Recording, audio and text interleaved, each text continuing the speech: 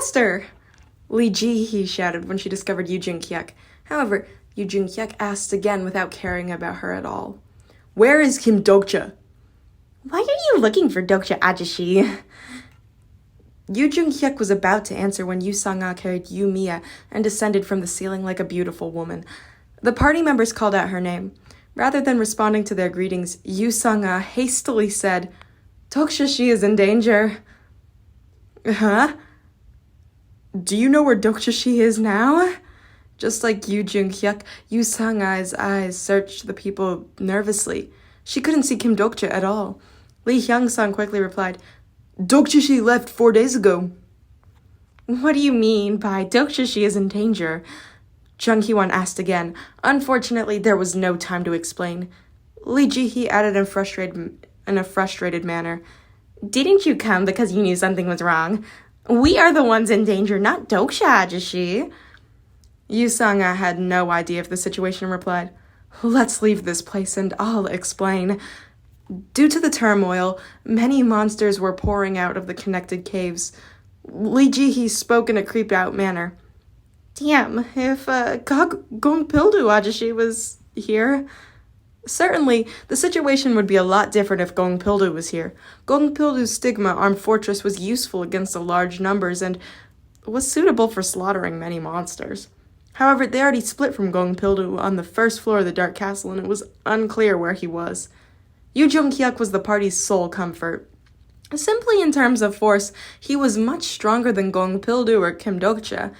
He had had enough strength to crack apart a mountain with his fist. Yu Jung-hyuk blew away the incoming monsters with 100 steps godly fists and said, It is disadvantageous if we fight here. Let's go out via the ceiling. Yu Jung-hyuk sought the fastest method of escape and opened a path in the monsters. His ability to open a path without a significant consumption of magic power was close to a human tank. No, a real tank wouldn't be so powerful. Yu Sang-a asked, Can we escape? I'll make some steps, so jump out yourself. At these words, Yu Jung-hyuk flew into the air. It was the air steps that only the strongest returnees in the Miram world could use. He built a tower with the corpses of monsters for the party members to step on. Then he went through the ceiling and punched something to create a platform.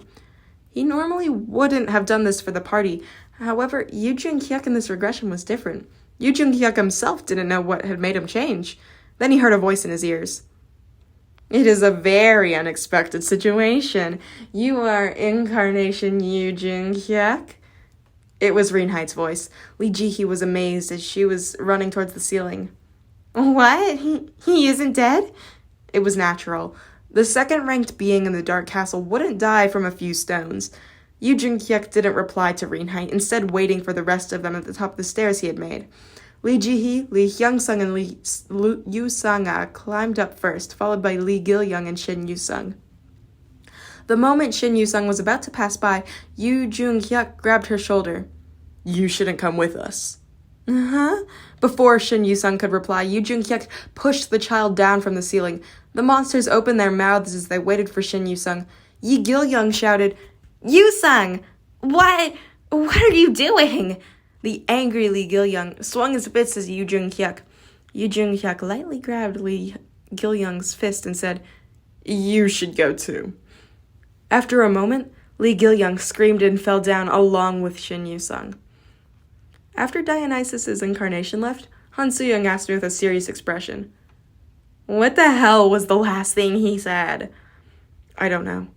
You don't know? Was it filtered for you as well? I didn't hear it. However, I could vaguely guess what he meant. It was probably related to the end of all scenarios. Then it was natural to be filtered. I was challenging the 10th scenario, and just became a constellation. I couldn't get all information at will. Han Soo-young stared at me with a grumpy expression and made a small sigh. By the way, what are you going to do about your fate? It must be really dangerous if the constellations of Olympus are directly coming to warn you. It looks like it. Is there no way to completely stop the fate? It isn't completely inevitable. If the execution of the fate was absolutely impossible, the fate would be withdrawn. Fate always follows probability. In the opposite sense, Fate could never be escaped if there was even the slightest chance of it happening. Han Soo-young thought about something and wondered. There isn't any specific information? It only mentions your death?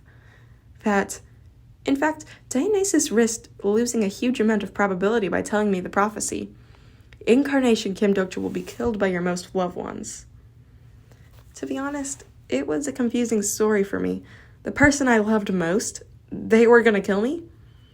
I hesitated before telling the contents of the prophecy, and Han Soo-young opened her mouth. As if she didn't know what to say, her face paled and then reddened. The person you love most? Yes. Do you have such a person? I felt bad, but somehow I also wanted to ask this. I tried to recall the faces of every person.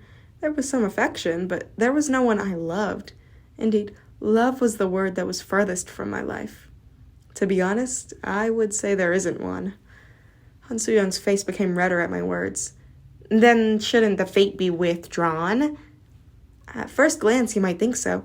Or are you going to fall in love with someone right now? Are you the type to fall in love at first sight?